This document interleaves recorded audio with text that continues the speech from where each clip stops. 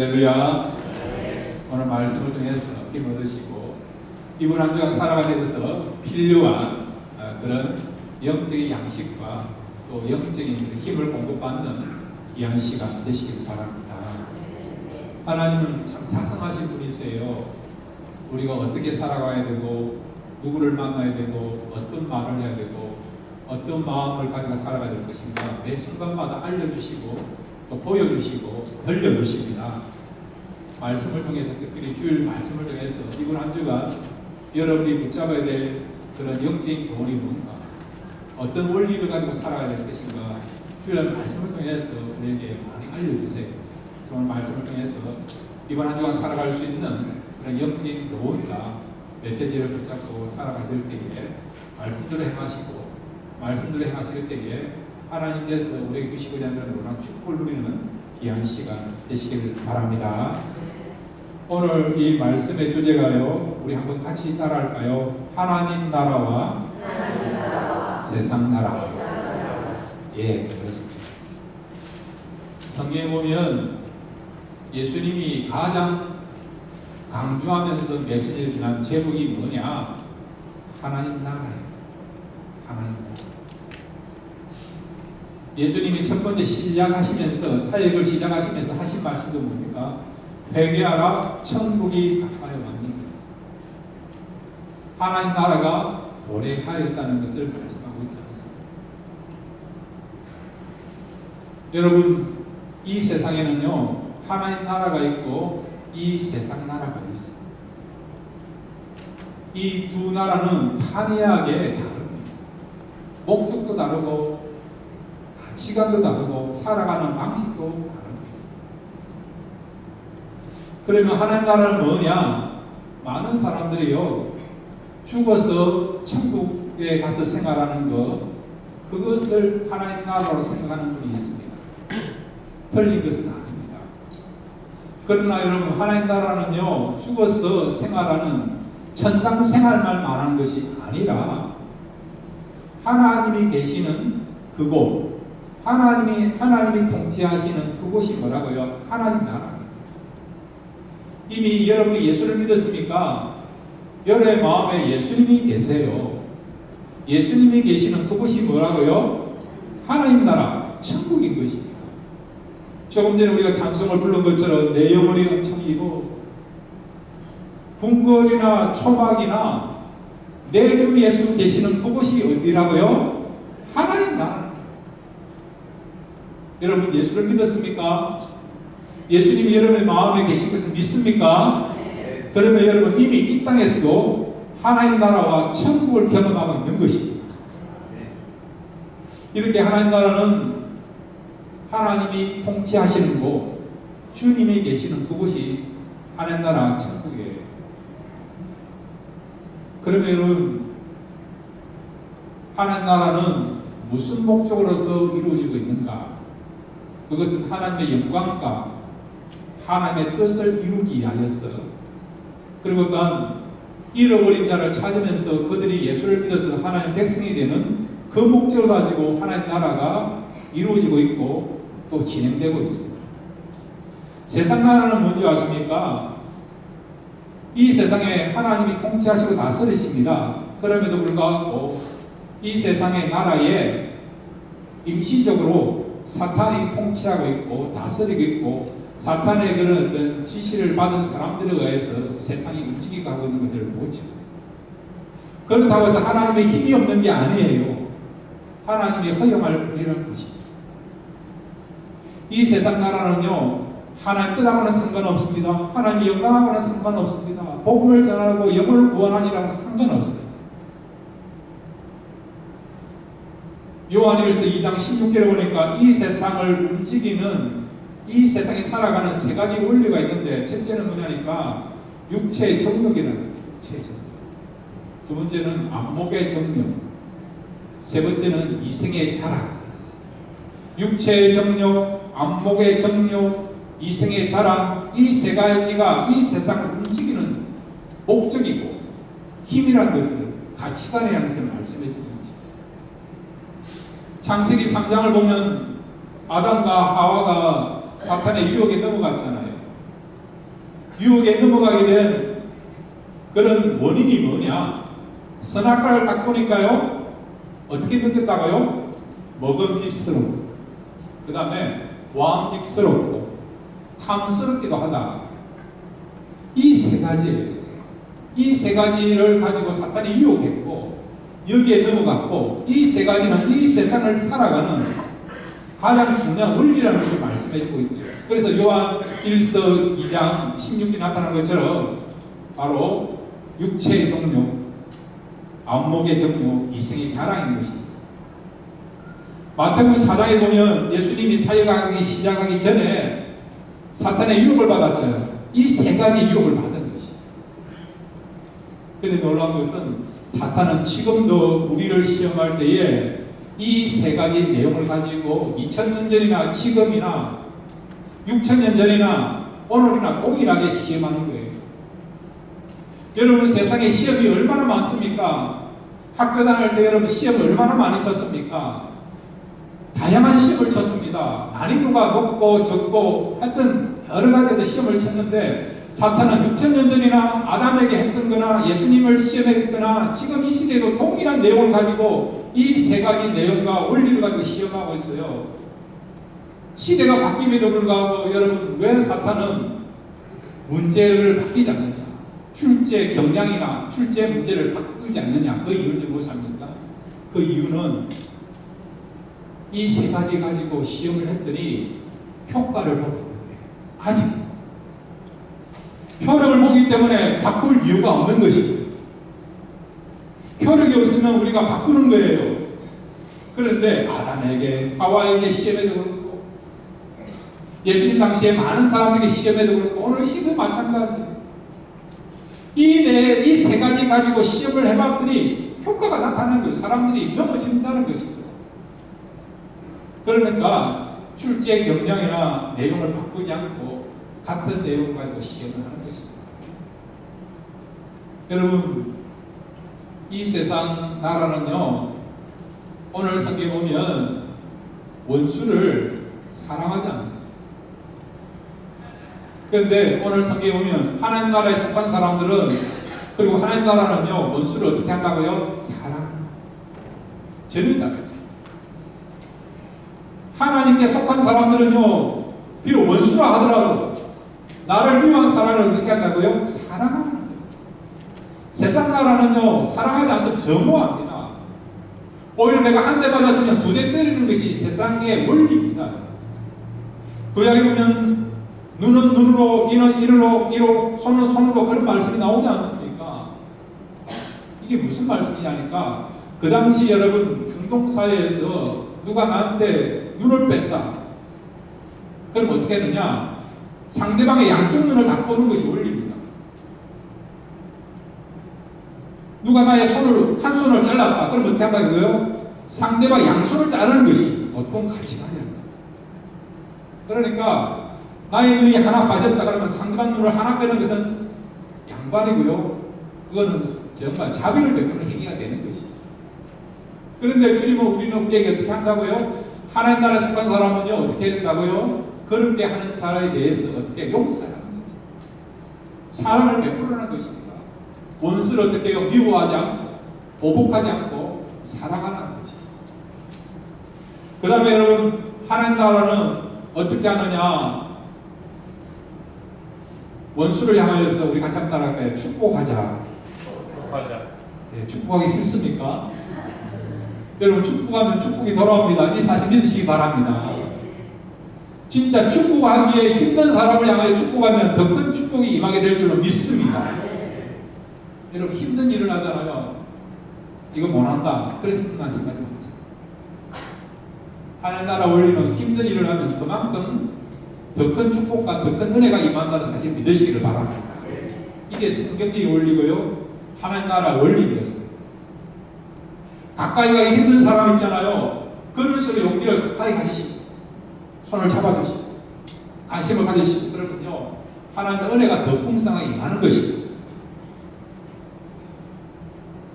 근데 세상 나라는요, 어떻게 합니까? 저주하는 거예요. 축복하는 것이 아니라 나를 힘들겠다. 그럼 어떻게 하면 저주하는 거지.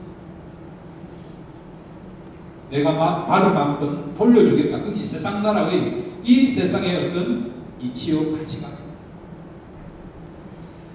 하나님 나라는요, 누가 우리에게 모욕한다. 말을 통해서 행동을 통해서. 그럼 우리는 어떻게 한다고요? 같이 한번 따라합시다. 기도하자. 기도해 주는 것이 하나님 나라의 원리.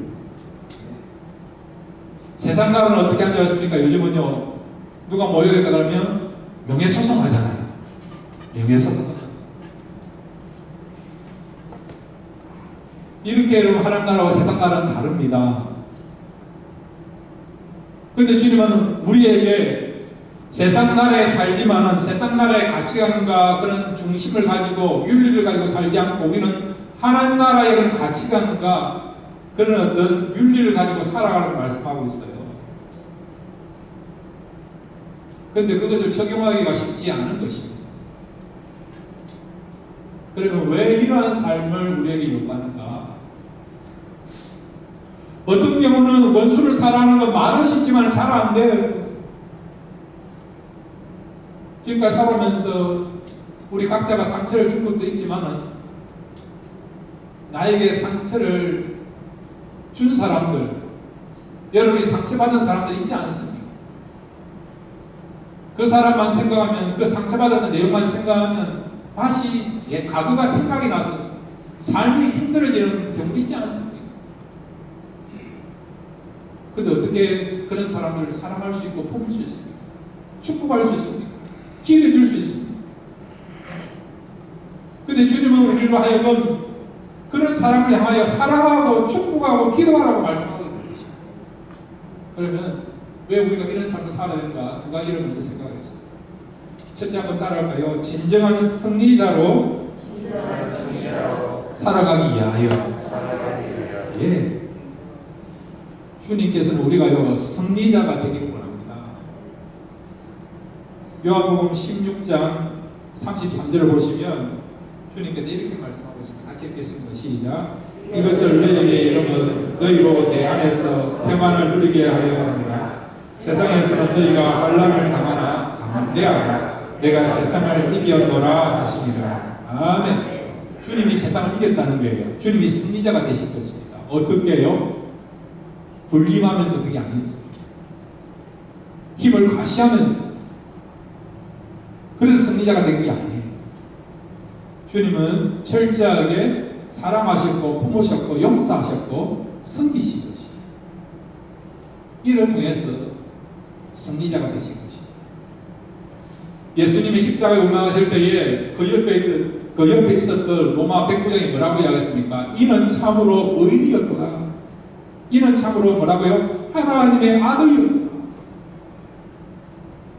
원수를 향하여 예수님에게 고통을 주었던 십자가에 못 박았던 유대인과 로마 군병들을 향하여 주님은 용서하셨잖아요. 주여 저들의 죄를 사하여 주옵소서. 자기가 하는 것을 알지 못해서 그럽니다. 원수를 향하여서 용서하시고 축복하시고 기도하시는 주님의 모습을 본 거지. 그런 모습을 보았던 로마 백부장 이방인들까지도 예수님은 뭐라고요? 의인이었고 하나님의 아들이었다라고 이 말은 진정한 승리자였다는 것을 말씀해 주는 것이죠. 여러분 요셉을 한번 보세요.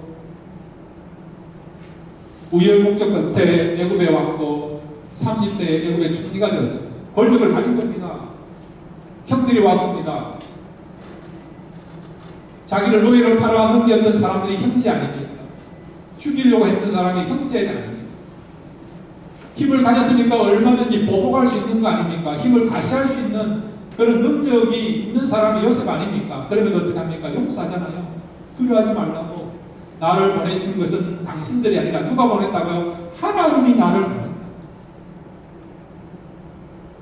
형제들과 어깨를 감싸면서 통곡하면서 울지 않습니까? 용서를 베푸는 것을 우리가 보고 있지 않습니까? 한 분은 말씀을 묵상한 가운데 용서에 대해서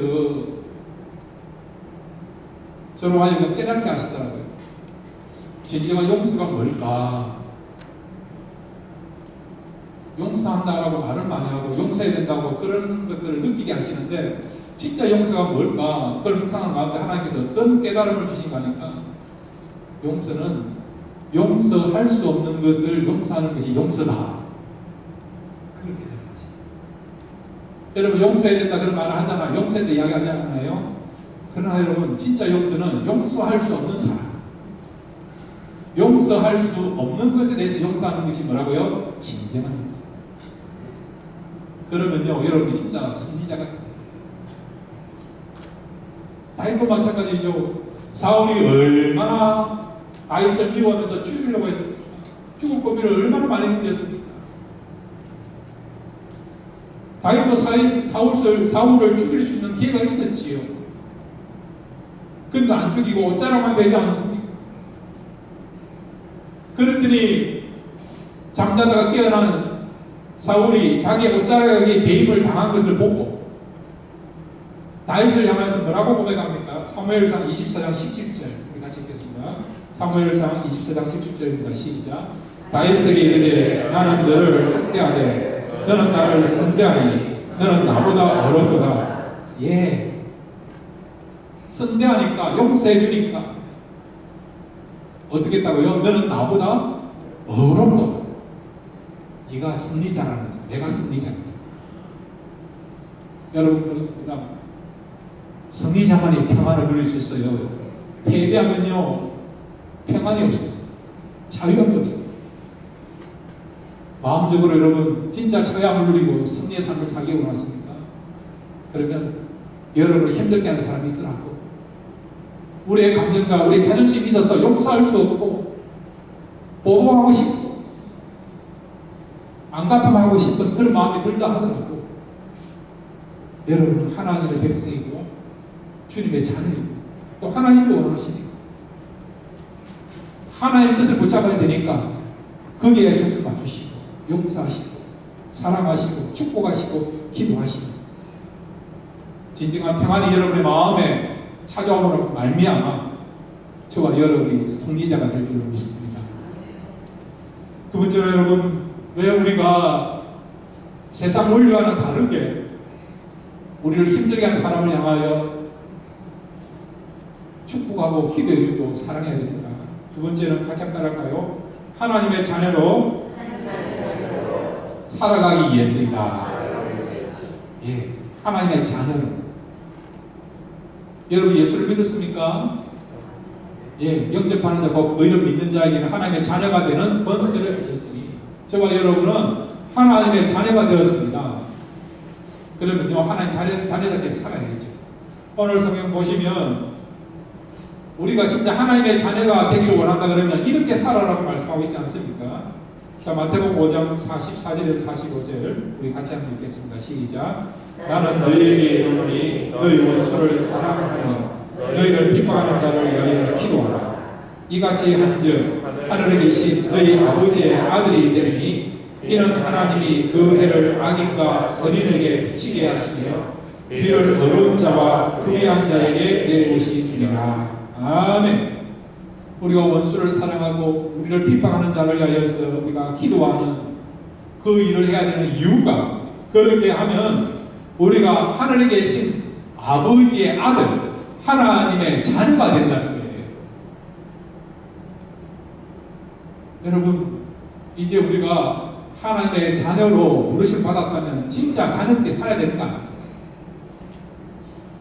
여러분 진짜 하나님의 자녀로서 인정받기 원하십니까? 그러면 최고의 그런 난이도 과정을 테스트해야 되고 그 테스트를 넘어가야 되는데 자격을 갖춰야 되는데 제일 힘든 그런 시험과 자격을 갖추는 일이 뭐냐? 원수를 사랑하고 어떻게 해요? 원수를 향하여서 우리가 축복하고 기도하는 것이 하나님의 자녀가 되는 최고의 높은 난이도의 시험이고 자격을 가질 수 있는 내용이 될 수 있는 것입니다. 어떤 의미에서 이 정도 여러분 수준이 안 되면요 하나님 자녀로서 진짜 자녀라고 할 수 없어요. 여러분 자부심 있지 않습니까? 긍지가 있지 않습니까? 이왕 우리가 하나님의 자녀로 부름을 받았다면 진짜 자녀답게 자기를 갖춰야 되는 거 아닙니까? 그러면 그 자기 갖추기에서 가장 높은 수준의 그런 내용이 뭐냐? 그것은 원수를 사랑하고 원수를 향하여서 비판, 원수를 향하여서 축복하고 기대해주는 내용이 되는 것입니다.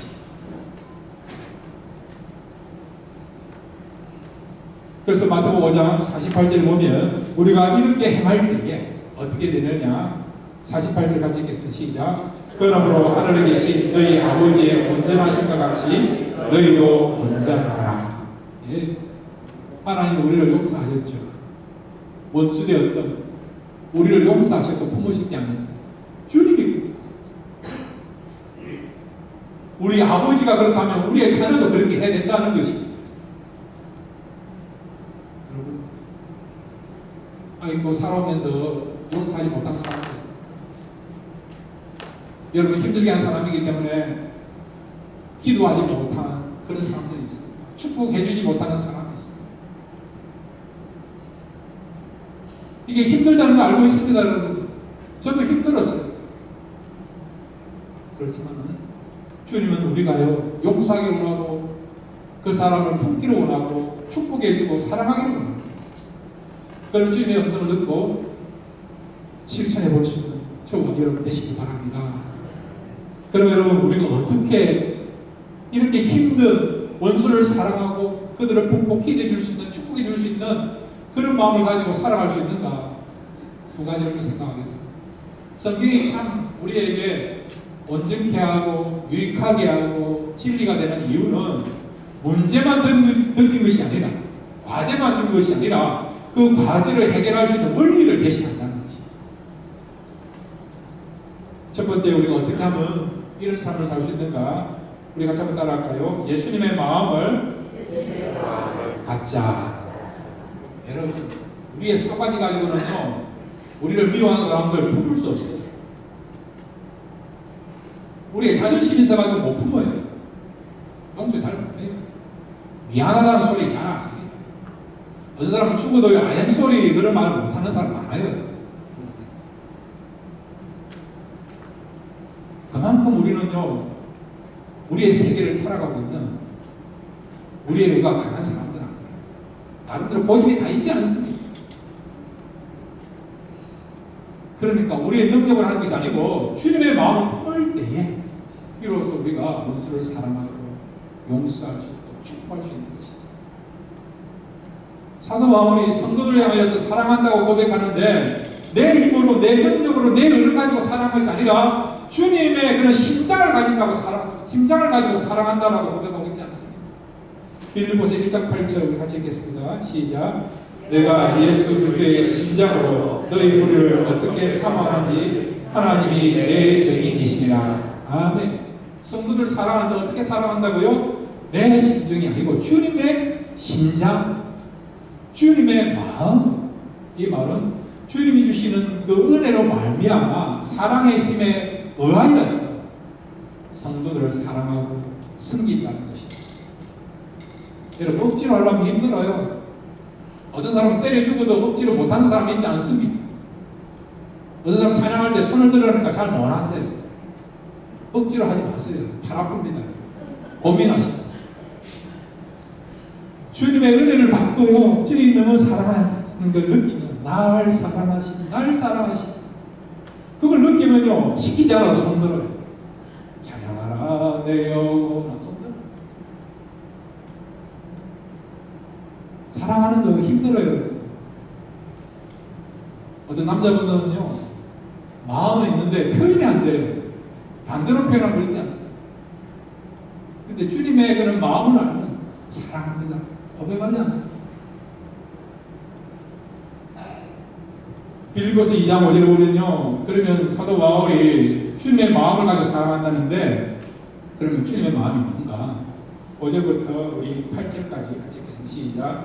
너희 안에 이 마음을 품어라. 곧 그리스도 예수의 마음이 근본 하나님의 본체시나 하나님과 동등됨을 취할 것으로 여기지 아니하시고 오히려 자기를 비워 종의 형체를 가져 사람들과 같이 되었고 사람의 모양으로 나타나셨으며 자기를 낮추시고 죽기까지 복종하셨으니 곧 십자가에 죽으시니라. 아멘.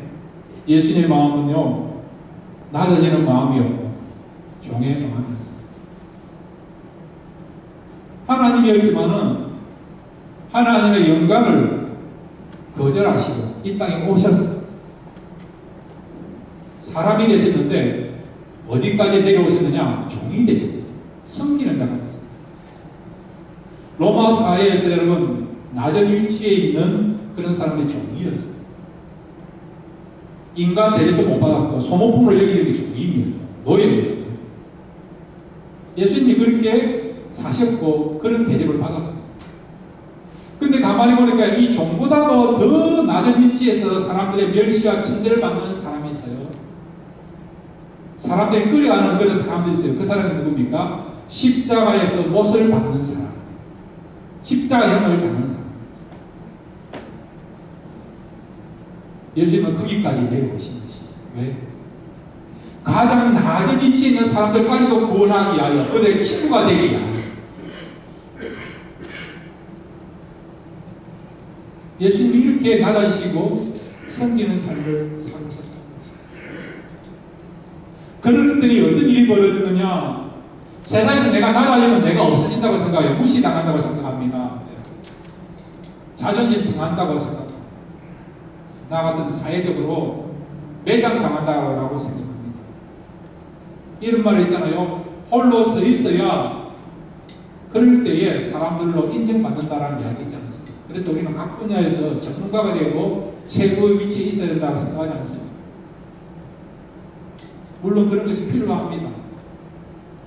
그러나 여러분, 우리는요, 사실은 승기에서 살아왔고, 진정 승기일 때에 이 세상을 변화시킬 수 있고, 하나님의 백성으로서 정확하게 제대로 살아갈 수 있어요. 예수님은 종이 되셨고, 십자가까지 가장 낮은 위치까지 내려갔어요. 세상적으로는 멸시당했습니다. 천대를 받았습니다.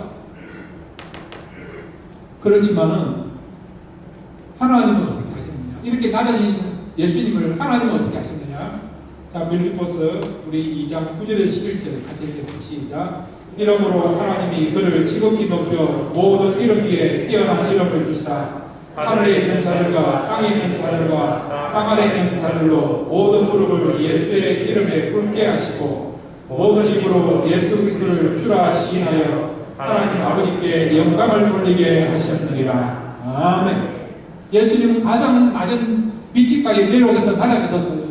종이 되셨고 가장 멸시와 천대를 받는 십자가 흉물까지 지었어요.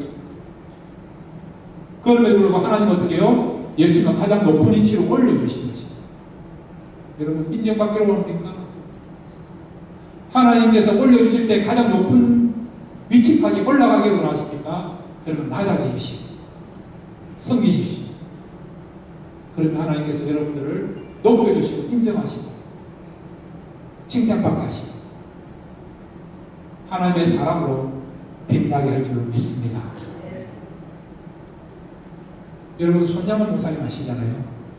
사랑의 원자탄이라고 우리가 알려져 있고 또 그 영화도 나오죠. 영화도 보고 그 따님이 쓰신 손동희 권사님인데 손양원 목사님의 따님이 손동희 권사님인데 이 권사님이 쓰신 나의 아버지 손양원 목사라는 책도 제가 읽어봤는데 책 내용이 어떤 게 있느냐.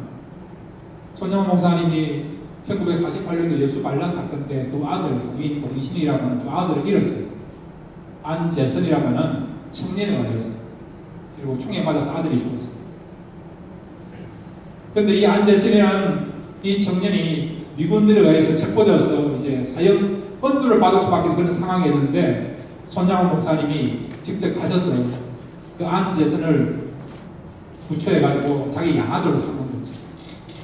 그래서 우리는 그분을 가르쳐서 사랑의 원자탄이다. 원수까지도 용서하고 자기 아들로 삼은 그런 귀한 목사님이라고 알고 있습니다.